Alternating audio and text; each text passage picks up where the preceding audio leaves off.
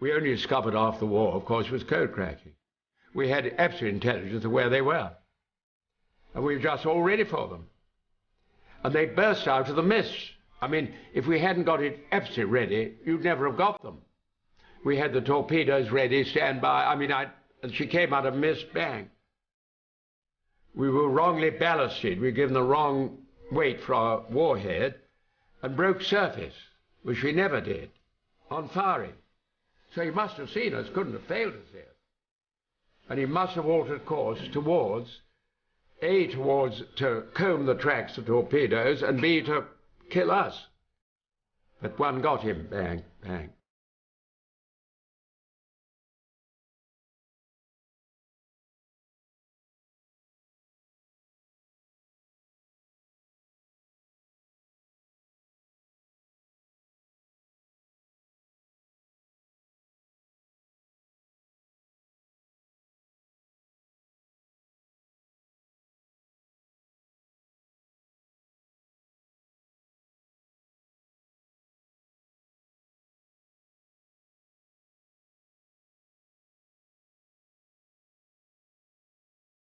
I-166 did a lot of sinking of commercial ships, Panamanian ships and American ships and English ships. And also they had some spy mission too.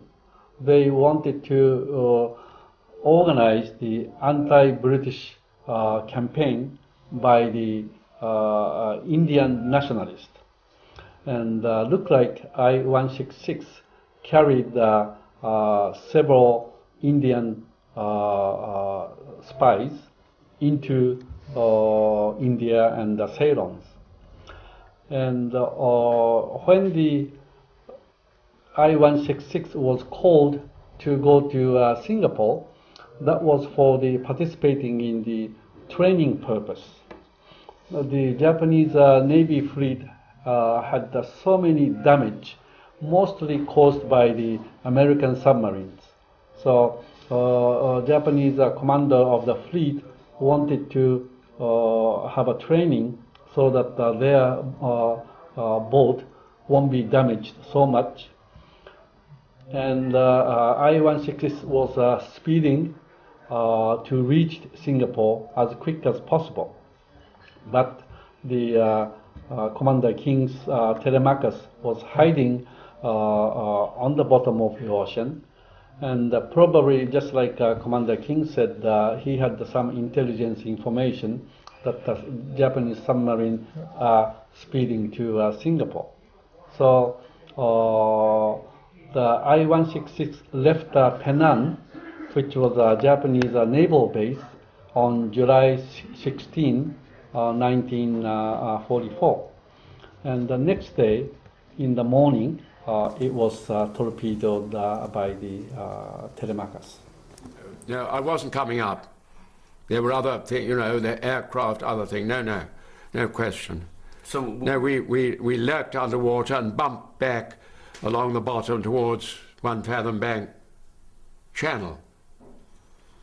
And to be quite honest, I was reaching the end of my tether by then, and we came up to periscope depth at the Narrows. On the other side of the Narrows, there were two Japanese anti-submarine vessels, either side, just where we were going. And I thought, well, this is it, you know, this is where we find out what happens next. As I looked at them, they decided to go home. That minute, that second, off they went. And we went bang through. And lived to fight another day. You never panicked in a submarine. You never panic. Never panic. You've got to keep calm. Panic is death. When I came back, I was a physical wreck. An absolute physical wreck. I was 30, and I looked 50. And people said respectfully, were you in the First World War, sir? You know, saluting.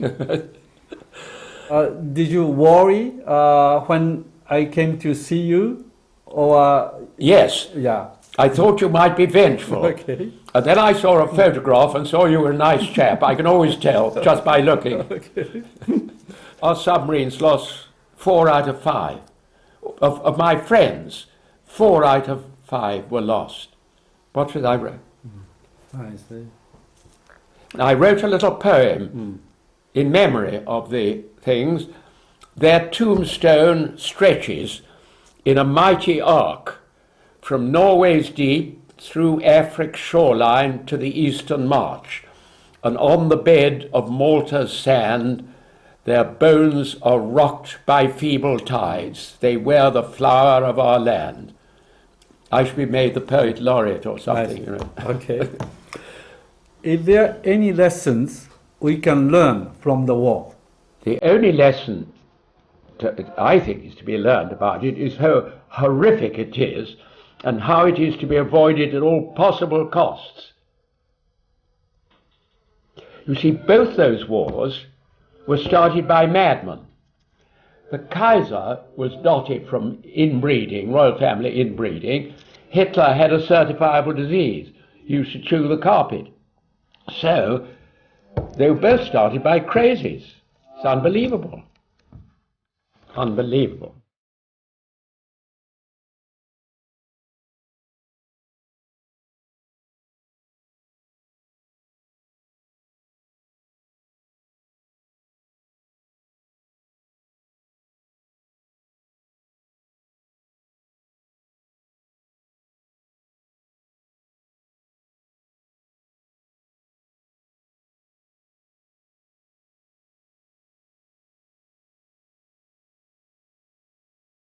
And the K-16 was torpedoed, as far as we know now, on Christmas morning, 1941. Yeah. And she was up on the water, and we still actually don't know precisely why that was. And we were hoping that relatives of I-166 could tell us about it, but also you are the enemy at that moment, and it's so strange. And afterwards, I mean, after so many years, I think it's good to be able to talk about that. The history of a human being is the history of war, or history of a killing. So I said, why do we have to keep killing, you know? Then I thought of the 36 people my father killed. Then I shared my feeling with my wife. And my wife said, why don't we visit the memorial, you know? So I said, I think that's a wonderful idea. One day we got a phone call from the Navy in Den Helder, and they said there's a Japanese family and they're here in Den Helder and they're bringing flowers to the monument to honor your father's boat. So I said, I want to meet these people, and my son tried to find out your father's email address and through Google and found him. So I wrote him an email and said, please come, I want to meet you. I opened up my email, and there was an email from Katja waiting. And same way, just like a commander was a little concerned, I had the concern, gee, my father killed this lady's father. Is it proper for me to go or not, you know? It's quite suddenly that you were confronted with... Right, but I saw her email address and the phone number, mobile phone number, fax number, mailing address. I felt her eagerness, you know, so I said, okay, well, let's call. And I called, and next day she invited us to her home, and so that's the beginning, yes. Right from the moment that I saw them at the station, it felt very good. So very you good. weren't worried, or? Of course not. Yeah. No, of course not. No. When I saw Katja at the railway station, she was waiting for us. I felt something. Can you explain that? It's very difficult, but here's a lady who has been missing her father 60-some years, you know. because I have been missing my father almost 60 years. And it's a camaraderie or a companionship, you know. I could identify with her feeling and the emotions instantly. No word was needed. Then we arrived at her house, and she invited us into the home, and her husband Ben was so courteous, and instantly we felt welcome. And then they came into our house and they saw my parents' pictures on the piano, and they said, "Are those your parents?" I said, "Yes." And they started praying, your parents. And there was a picture of Katja's father.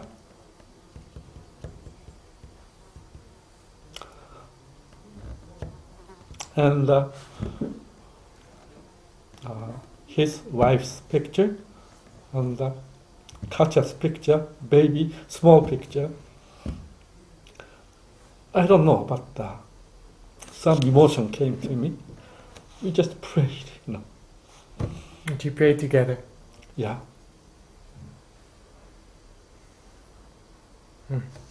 That's special. But you prayed together with Katja as, you prayed for both your fathers. It was a very touching moment. And they had photographs, and they had their stories and everything, and it just felt as if we had been friends for years. So it was very strange, but very beautiful too. I'm so glad they came. How did you find out about Commander King? Well, your father, when he was at our place, he said, "There's someone I want to meet, and that's the commander. He said, I want to meet relatives of the Telemachus, of the people of that crew." And he never dared to dream that Commander King would be alive. And so that was really the magic of it all, that Commander King, out of so many people who died, some so young, some older, but that he's still there, and that he can share all the stories and all the memories and all the the feelings, and I think it's a very historical moment.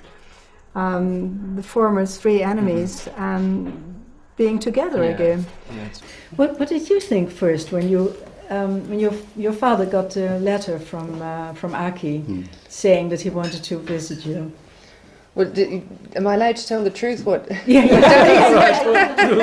He said, no, he's going to kill me. He's going to arrive with a samurai sword and kill me. And probably you too. So I was like, and then he said, "Oh, well, maybe I'll meet them somewhere else. I don't mind dying. I'm so old." That is the truth. Yes. I suspected, because I put myself in the position of a commander. That's a story of 60 years ago, and one young man whose father was killed by the battle is come to see me for what? But he thought revenge. After 60 years. So I asked the question to the commander last time. Did you read the Japanese Bushido book? The way of a samurai is always revenge. If someone in your family are killed, revenge, So he said that he studied all the Quran, the Islam books and others. So I suspected, and he wrote a book, Kamikaze. So I thought he studied some psychology, mentality of Japanese warriors, So it's a natural that they think of a revenge. So I suspected it. So I asked Kay, let's go to the backyard and let's take a picture of us. Big smile, and we let the Andre take a picture. That worked, I think about my grandfather, and I think about your grandfather, and also yours. I wonder what they think, the ones who died. What they think. Could they have ever imagined that they would think their children and then their grandchildren would have met? Yeah, it's strange. If you're in a war, let's say you go in a war and you think, oh, my grandchildren will one day, all party together or something like that. I don't know. I wonder if they had known, or if they know, if heaven or whatever, if they would know what they would think about that, you know. For you, difficult to be the daughter of a war hero, a man who had been deeply troubled by the war. I And your resented mother too. and hated the war Yes. from the age of about 3, because instead of family dinners being jokes and fun and involved about children, it was both of them talking about the war and war strategies and what if. And I remember the fall of Singapore being one of the main subjects of conversation when I was a child, and children do not. It was no fun. It was very heavy, and they were very tense, both of them. My father more so than my mother. So they weren't lovely, relaxed, easygoing parents, you know, baking cakes and being fun. It was like tension. And as a child, I resented it deeply, deeply.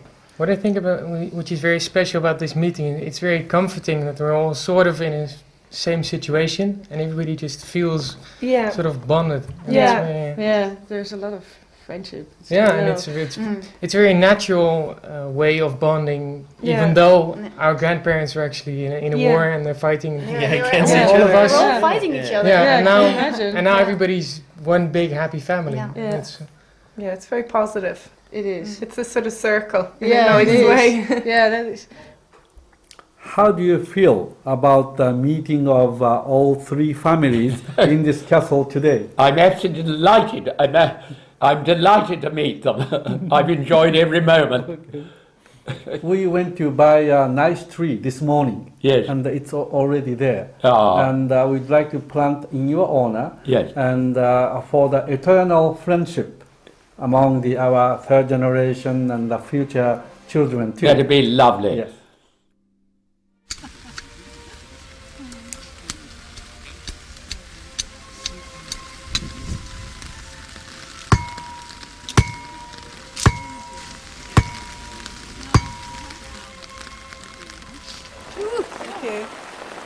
Commander, I'd like to thank you and your family so much for letting us plant this tree in your garden. The pleasure is ours. And I hope that she will grow and blossom and bear fruit for a long, long, long time, and that you will live forever. And we will always be friends for so long, because it's wonderful that the Irish, the English, the Japanese and the Dutch people can all be together here with our children and our grandchildren. Thank you so much for making us feel so welcome. I'm very moved. So are we. So thank you so much. Okay. May I kiss you? The press conference will be in 10 minutes. We hope that when we grow old, our children and our grandchildren will grow up. We're going to make a jam out of the apple.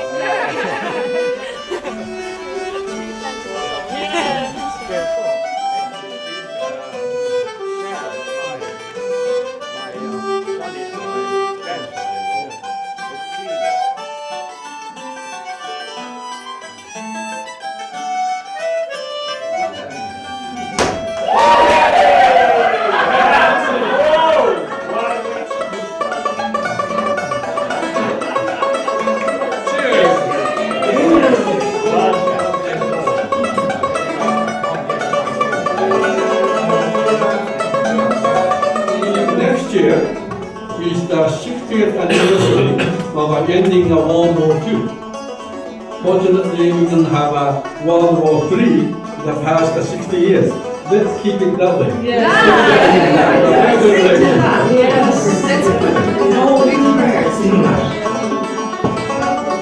There we are.